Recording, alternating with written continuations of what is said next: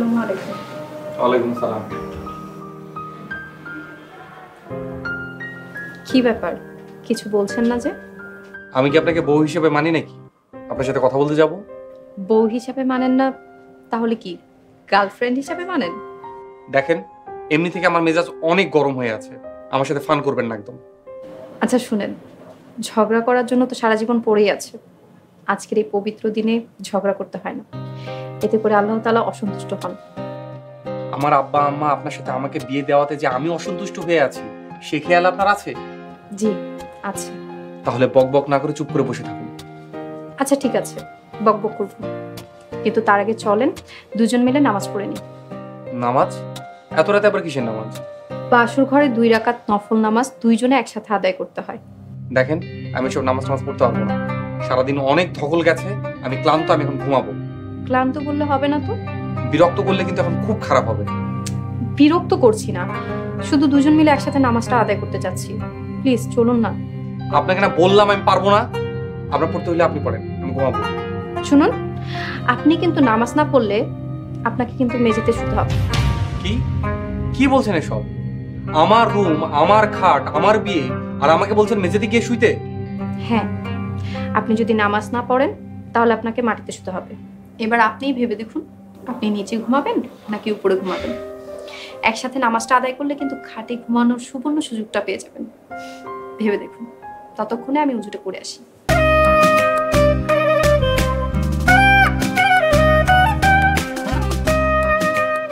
এই গাইয়া বুঝে কিভাবে কিভাবে আর জীবনটা আমার তেজপাতা, দারুচিনি, এলাচ বানাই ফেলবে। আসতে নাসতে অত্যাচার শুরু হয়ে গেছে।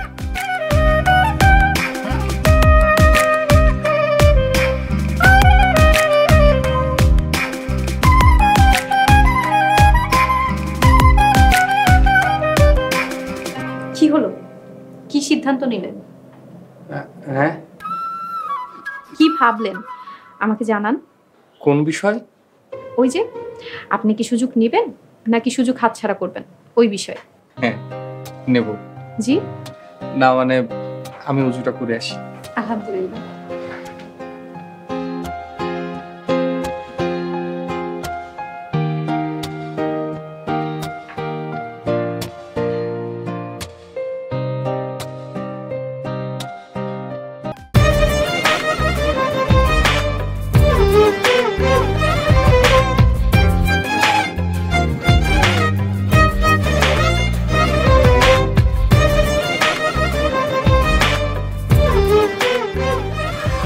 আরে বৌমা, কখন উঠলে? রান্না করে কি করছো তুমি? এই তো ফজরে আজানের সময় উঠেছি, ফজরের নামাজ পড়ে তারপর রান্নাঘরে এসেছি। পাগল নাকি তুমি? তোমার কালকে বিয়ে হয়েছে, কোথায় আজকে দেরি করে ঘুম থেকে উঠবে, স্বামীর সঙ্গে একটু সময় কাটাবে, তা না রান্নাঘরে চলে এসেছো। যাও তো, যা করেছো করেছো, বাকিটা আমি করে নিচ্ছি। কি যে বলেন না মা, কাল বিয়ে হয়ে এসেছি তো কি হয়েছে? এই বাড়ি যেমন আমার আপন, এবারে প্রত্যেকটা মানুষ আমার আপনজন। আর আমি আমার আপনজনদের জন্য নাস্তা বানাবো, নিজের হাতে পরিবেশন করব, কাউকে কিচ্ছু করতে দেব না। এখন আপনি সুন্দর মতো যেয়ে টেবিলে বসেন, আমি খাবার নিয়ে আসছি। আজ থেকে আপনার আর কিচ্ছু করতে হবে না, রান্নাঘরে পাও রাখবেন না। আমি আপনার মেয়ে, আমি সব কাজ করব। আজকে থেকে এই মার দায়িত্ব এই মেয়ের। অনেক ভাগ্য গুণে এমন হীরার টুকরা মেয়ে বৌমা হিসেবে পাওয়া যায়। আসতে না আসতেই পুরো দায়িত্ব তুমি কাঁধে তুলে নিয়েছো সংসারে। আমি আসলে অনেক ভাগ্যবান মা। মা, বৌমা না, মেয়ে বলেন। হ্যাঁ তাই তো, আমার তো এখন দুটো মেয়ে। আমিও দুজন মা পেয়েছি, দুজন বাবা পেয়েছি, একটা ছোট বোন পেয়েছি।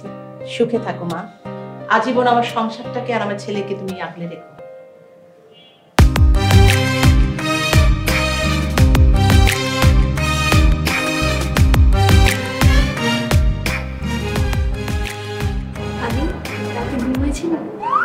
এই অনেক পাকনামি হচ্ছে তাই না? চুপ করে খাও। আরে ভাবি বলোই না, আমি তো তোমার ফ্রেন্ডের মতো। হ্যাঁ এখন চুপ করে খাও তুমি আগে। এমন করছো কেন, প্লিজ বলো। আবার? আচ্ছা ঠিক আছে। মা, আপনার তো ডায়াবেটিস, তাই রুটি বানিয়েছি, পারছে না? শুরু করো। বৌমার কালকেই বিয়ে হয়েছে, আজ কি তুমি তাকে রান্না করে পাঠিয়ে দিয়েছো? আমি দিয়েছি বুঝি? আমি সকাল সকাল গিয়েছিলাম নিজের রান্নাঘরে নাস্তাটা তৈরি করতে, গিয়ে দেখি সে ফজরের নামাজ পড়ে বোমা রান্নাঘরে চলে গেছে, গিয়ে এই যে নাস্তা তৈরি করেছে। সে নিজের হাতে রান্না করে আমাদের সবাইকে পরিবেশন করবে। বলো কি, আমাকে বৌমার তো তুলনায় হয় না। মাশাল্লাহ মাশাল্লাহ। আপা, আপনারা খাওয়া শুরু করেন, খাবার ঠান্ডা হয়ে যাচ্ছে। লক্ষ্মী না চাই, আসতে না আসতে আমার জীবন একবারে তেনা তেনা করে ফেলতেছে। সব বোঝা শেষ। কি রে ভাইয়া, কিছু বললি? কই না, কিছু বলিনি তো। বৌমা, তুমি আমাদের সাথে বসো, সকালে নাস্তাটা সেরে নাও।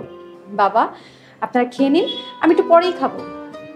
এই ফারহানা মা, বৌমার রান্নার হাত তো বেশ ভালো। হ্যাঁ, ঠিকই বলেছো। বাবা, আসতে না আসতে একদম প্রশংসায় পঞ্চমুখ করে তুলেছো। শোনো, পরের মেয়ে কখনো আপন হয় না, এটা মাথায় রেখে। এখনই যদি মাথায় তুলে নাচানাচি করো, পরে কিন্তু পস্তাবো সবাই।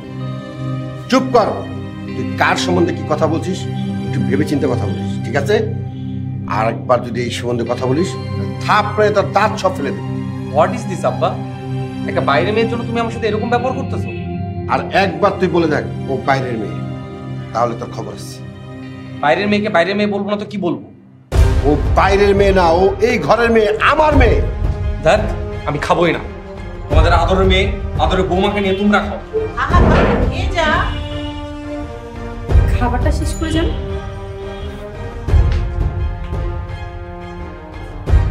মা, আমি তাহলে কলেজে যাই। সামনে যে ঠিক আছে দাদি, এসে তোমার সাথে গল্প হবে। বৌমা, তুমি আমার ছেলের কথা কিছু মনে করো না বাবা। না না মা, আমি কোনো কষ্ট পাইনি। বৌমা, তুমি তো জানোই আমাদের ছেলেটা একটু বদরাগী। তুমি একটু কষ্ট করে সহ্য করে নাও, দেখবে এক সময় ঠিকই সোজা হয়ে যাবে। আব্বা, আপনি কোনো চিন্তা করবেন না, আপনারা শুধু আমার জন্য দোয়া করবেন। আপনাদের দোয়াই আমার জন্য সবকিছু। বৌমা, তোমাদের জন্য আমাদের দুজনের দোয়া সবসময় আছে। ঠিক আছে আব্বা, আপনারা খান, আমি আসছি।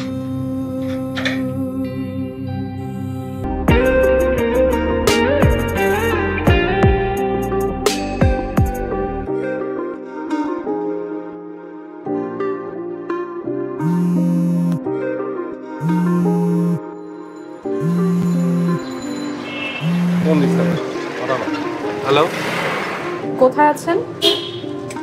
আসি, এলাকাতেই আসি। সকালে সামান্য একটা বিষয় নিয়ে এভাবে রিয়েক্ট না করলেও পারতেন, নাস্তাটা শেষ করে যেতে পারতেন। আপনি কি এখন আমাকে জ্ঞান দেওয়ার জন্য ফোন করছেন? দেখেন, ভুলে যান না, আমি কিন্তু আপনাকে বিয়ে করতে রাজি ছিলাম না। শুধুমাত্র পরিবারের চাপে আপনাকে আমি বিয়ে করেছি। আচ্ছা ঠিক আছে, ভুলবো না, মনের খাতায় যতন করে বেঁধে রাখবো। এই আপনাকে না বলছি আমার সাথে ফান করবেন না একদম। আচ্ছা ঠিক আছে, করবো না। এখন কি করছেন? সেটা শুনে আপনার কি কাজ? নামাজ পড়েছেন? না, কেন? আমি একটা ইম্পর্টেন্ট কাজ করছি। তা আপনার ইম্পর্টেন্ট কাজটা কি শুনি? ফোন রাখেন, আমি ব্যস্ত আছি।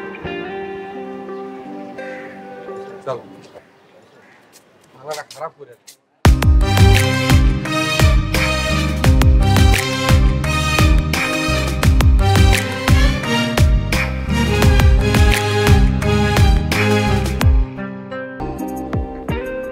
আয় দাঁড়া, এতক্ষণ কোথায় ছিলি? বন্ধুদের সাথে আড্ডা দিচ্ছিলাম ভাই। সকালে ওভাবে বাড়ি থেকে বেরিয়ে গেলি কেন? তুই জানিস না তোর জন্য আমাদের চিন্তা হয়? মা, তুমি আমাকে নিয়ে এত চিন্তা করো কেন? তুমি জানোই তো আমি আমার মাথা গরম হলে বাড়ি থেকে চলে যাই, মাথা ঠান্ডা হলে ফিরে আসি। মাথা ঠান্ডা হলে বাসায় আসিস না, যখনই পেটে টান পড়ে তখনই বাসায় আসিস। এখন আমার কথা শোন। তার আগে আমার একটা কথা শোনো, আমি কাল থেকে অফিসে জয়েন করতে চাই। বাড়িতে বসে থেকে থেকে ছুটি নষ্ট করার কোনো মানেই হয় না। অফিসে জয়েন করতে হবে না, কালকে সকালবেলা বৌমাকে নিয়ে বের হবি। বৌমার বাপের বাড়িতে যাবি, সবার সাথে দেখা করে আসবি, আর সবার সাথে ভালো ব্যবহার করবি। এসব কি বলছো আব্বা? আমি শ্বশুর বাড়িতে যাব, ওর যেতে ইচ্ছে হলে ফারজানাকে নিয়ে যাক। বেশি কথা বলবি না, তোর বাবা যেটা বলছে সেটাই ফাইনাল। বৌমা, বৌমা। জি আব্বা। বৌমা, তুমি আগামীকাল সকালবেলা রেডি হয়ে থাকবা। আরাম তোমাকে নিয়ে তোমাদের বাড়িতে বেড়াতে যাবে। ঠিক আছে আব্বা, আমি সময় মতো রেডি থাকবো। আর শোনো, তোমার আব্বা আমাকে আমার সালাম দিও। জি আব্বা। দেখ, আর ভালো লাগে না, যখন থেকে বিয়ে করেছি এই বাড়িতে যেন আমিই পর হয়ে গেছি, আমার কোনো মূল্যই নাই।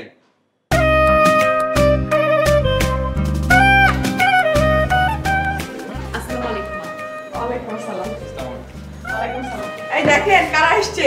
কারা এসেছে? আরে নেই জামাই গিয়ে বসো বাবা, বসো তোমরা। আশা, মাথা কেমন আছিস? আলহামদুলিল্লাহ, আমরা ভালো আছি। তোমরা কেমন আছো মা? এতক্ষণ ভালো ছিলাম, তোদের দেখে অনেক ভালো লাগছে। আচ্ছা তোর সঙ্গে রান্না করতে গেছি। দাঁড়াও, এটা নিয়ে এসো।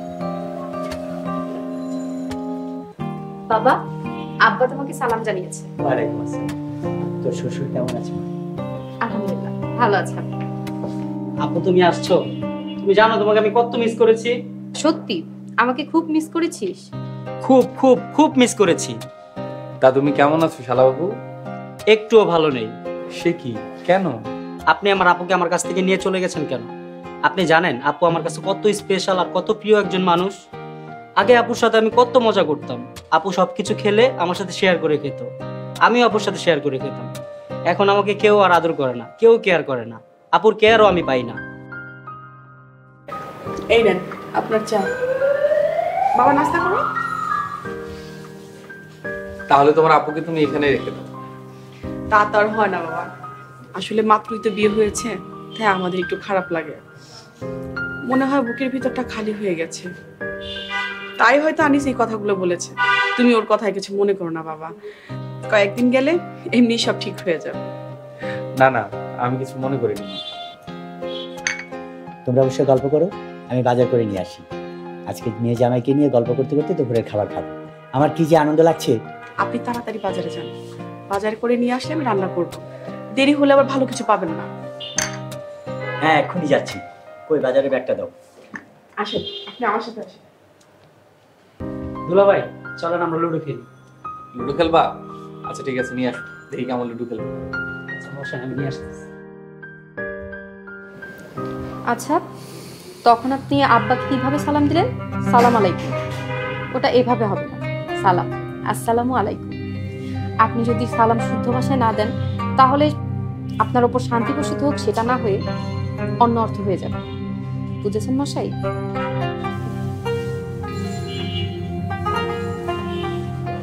আয়শা, টিকটক সাথে আয় তো। যাবো বাবাজি, তুমি বসো।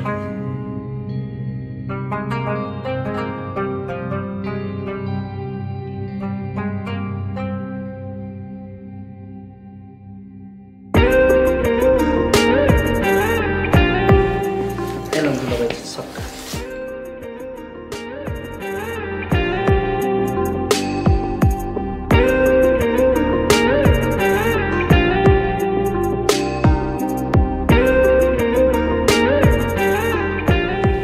তো শ্বশুরবাড়ির সবাই কেমন আছে রে মা? সবাই খুব ভালো আছে। সবাইকে তোর কেমন মনে হচ্ছে? তোকে ভালোবাসে তো? সবাই আমাকে খুব ভালোবাসে মা। আমি যে তোমাদের ছেড়ে ওখানে গিয়েছি সেটা তারা আমাকে বুঝতেই দেয় না, এতটাই ভালোবাসে আমাকে। আর জামাই, তার কি অবস্থা? তোকে জামাই ভালোবাসে তো? কি যে বলো না মা, উনি তো বাসার সবার থেকে আমাকে বেশি ভালোবাসে। ব্যবহার আচরণ ভালো করে তো? আমার সাথে ব্যবহার ভালো করবে না তো কার সাথে ব্যবহার ভালো করবে? আমি তার বউ না? আর তুমি তো জানোই আমি তোমার লক্ষ্মী একটা মেয়ে। তা তো আমি জানি, আমার মেয়ের মতো লক্ষ্মী মেয়ে আর দ্বিতীয়টা নেই। মা, আমি খুব লাকি জুয়ের বাড়ির বউ হতে পেরেছি আর সবার এত ভালোবাসা পাচ্ছি। চল ঘরে চল।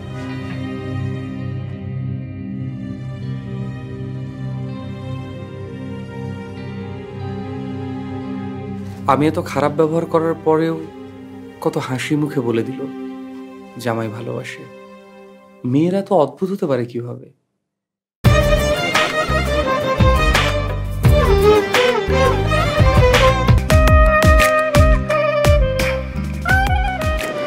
আসসালামু আলাইকুম। ওয়ালাইকুম সালাম। কেমন আছো? আলহামদুলিল্লাহ ভালো আছি, আপনি কেমন আছেন? আলহামদুলিল্লাহ খুব ভালো। উনি কে? ওনাকে তো চিনলাম না। উনি আমার দুলা ভাই। তোমার দুলা ভাই মানে তোমার বোনের জামাই? আমার আয়েশা আপুর কথা মনে আছে না? ওনার জামাই। আমি ফারহান। ও আচ্ছা। দুলা ভাই, উনি আমাদের মসজিদের ইমাম সাহেব। কেমন আছো বাবা? আমি ভালো আছি, আপনি কেমন আছেন? আলহামদুলিল্লাহ ভালো আছি। কখন আসছো? এই তো আজকে সকালে এসেছি। হাঁটতে হাঁটতে চলো, কোথাও বসে চা খাই। এখন অন্যদিন ইনশাআল্লাহ। আসসালামু আলাইকুম।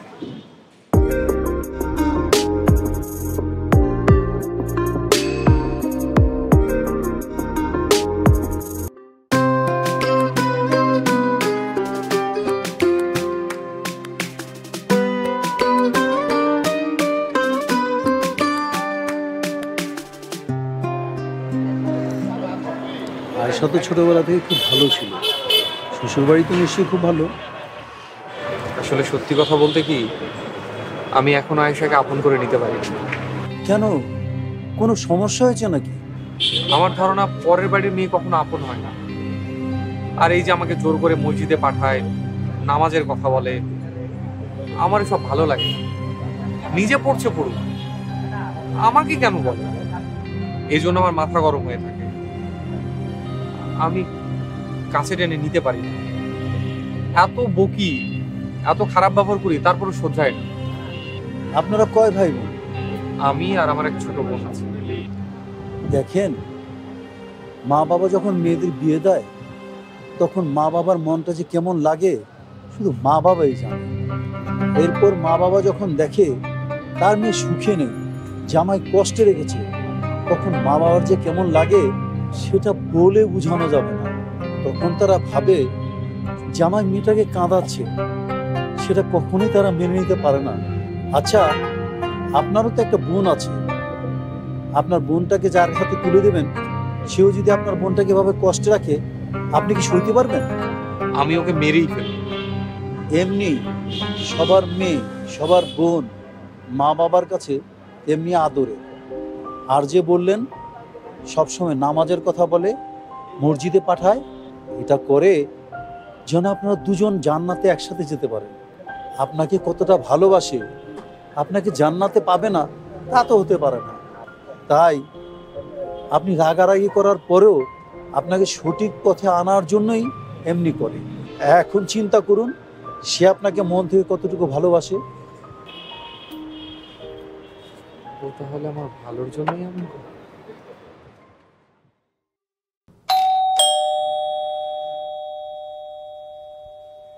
আসসালামু আলাইকুম মা। ওয়ালাইকুম আসসালাম। বৌমা, তুমি চলে এসেছো? হ্যাঁ মা, আপনাদের ছাড়া থাকতে একটুও ভালো লাগছিল না। কি লক্ষ্মী আমার মেয়েটা, দেখেছিস? কখন রওনা দিছি? দুপুর হয়ে গেল যে। আর এই ভর দুপুরে বৌমাকে নিয়ে কেন রওনা দিই? তুই বিকালবেলা আসতে পারতি না? আব্বা সকালবেলায় রওনা দিছি, আস্তে আস্তে দুপুর হয়ে গেছে। আচ্ছা ঠিক আছে, যা তুই বৌমাকে নিয়ে ঘরে যা, আমি তোদের খাবার ব্যবস্থা করছি। যাও মা, ফ্রেশ হও, যাও। আচ্ছা মা। আচ্ছা তুমি যাও, আমি দরজা আটকে দিচ্ছি।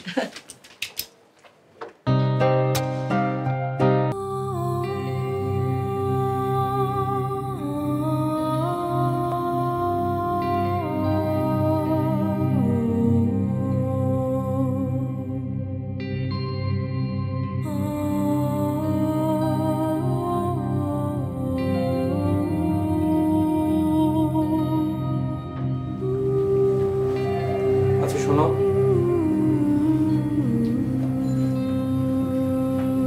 জি বলেন। এই কদিন তোমাকে অনেক কথা বলেছি, অনেক কথায় কষ্ট পেয়েছো, আঘাত পেয়েছো। আমাকে স্বামী হিসেবে ক্ষমা করে দেয়া যায় না?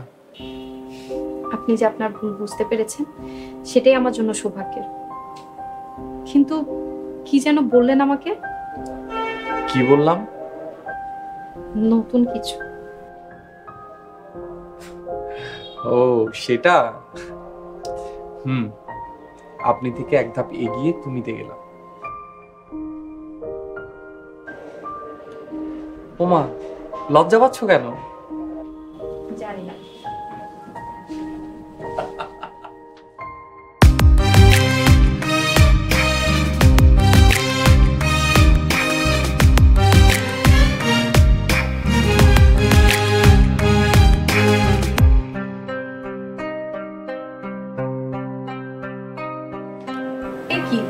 এই অসময় শুয়েছেন যে? দেখি কি হয়েছে। কি অবস্থা? জ্বরে তো আপনার শরীর পুড়ে যাচ্ছে। তখন দুপুরবেলা আসাতেই হয়তো আপনার জ্বর এসেছে। ইস, সকালবেলা যে কেন আসতে গেলাম আমার একদম উচিত হয়নি। আমার উচিত ছিল দুপুরের পরে আসা।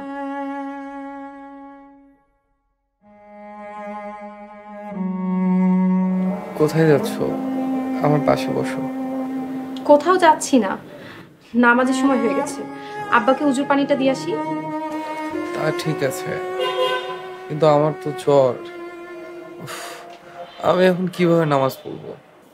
উঠে বসে নামাজটা আদায় করে ফেলেন। আচ্ছা ঠিক আছে, আমাকে উঠে বসো।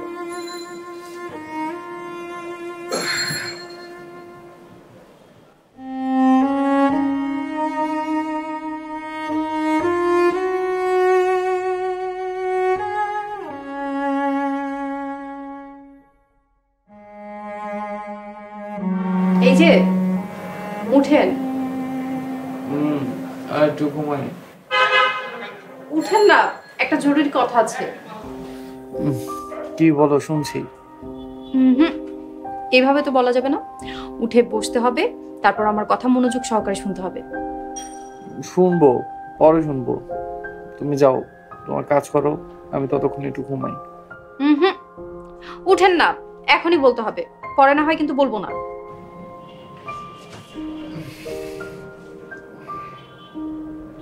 ধরো।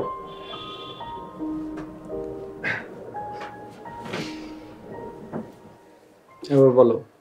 এইভাবে না, কাছে আসেন, কানে কানে বলতে হবে। কি? তুমি মা হবা? আমি বাবা হব? আমি বাবা হব? আব্বা, মা, ফারদানা, আরে আমি বাবা হতে যাচ্ছি। আরে আপনার জ্বর, আর আপনি উঠে আপনারা কি করছেন? সকাল সকাল যে খবর শুনিয়েছো, আমার জ্বরটা সব ভালো হয়ে গেছে। জানো আয়শা, জীবনে আমি এত খুশি কখনো হইনি। শোনো, আজ থেকে তোমার সব কাজ বন্ধ, তুমি শুধু সারাদিন রেস্ট করবে। আপনি যে কি বলেন না। আপনি না, এখন থেকে তুমি। একটু একটু কাজ করলে শরীর আর বাচ্চা দুইটাই ভালো থাকে। আয়েশা, তুমি আমার জীবনে না আসলে আমি জানতামই না জীবন এত সুন্দর। নামাজের মধ্যে কত যে প্রশান্তি, আল্লাহর রহমত আছে, আমি উপলব্ধি করতে পারতাম না। আচ্ছা আয়েশা, তোমাকে তো কোনো কাজ আমি করতে দেবো না, কিন্তু বাবুকে পেটে নিয়ে তুমি নামাজ আদায় করবে কিভাবে? তুমি না আসলে একটা বুদ্ধ। দাঁড়িয়ে নামাজ না পড়তে পারলে বসে বসে নামাজ পড়বো। তুমি কি জানো, পেটে বাচ্চা নিয়ে কোনো মা 2 রাকাত নামাজ পড়লে আল্লাহ তাআলা তার আমলনামায় 70 গুণ সওয়াব বেশি লিখে দেয়। সুবহানাল্লাহ। কংগ্রাচুলেশন ভাবি। আমি যে কি খুশি হয়েছি মা। বৌমা, আমি তো এখন মহা খুশি। আমি এখন নাতি নাতকুন নিয়ে খেলতে পারবো। এই টেনশনে তো এখন আমার আর ঘুম ধরবে না। আচ্ছা ভাবি, এই বাবুটার জন্য 9 মাস 10 মাস অপেক্ষা করা লাগে কেন? আমার তো এখনই ওকে নিয়ে খেলতে মন চাচ্ছে। পাগলি বোনটা আমার। সত্যি, শুধু মডার্ন স্মার্ট বউগুলি সংসার সুখের হয় না, তোমার মতো একজন পরেজগার নামাজি বউগুলি সংসার সুখের হয়। আলহামদুলিল্লাহ, আল্লাহ একজন আমাকে নামাজি বউ উপহার হিসেবে দিয়েছে।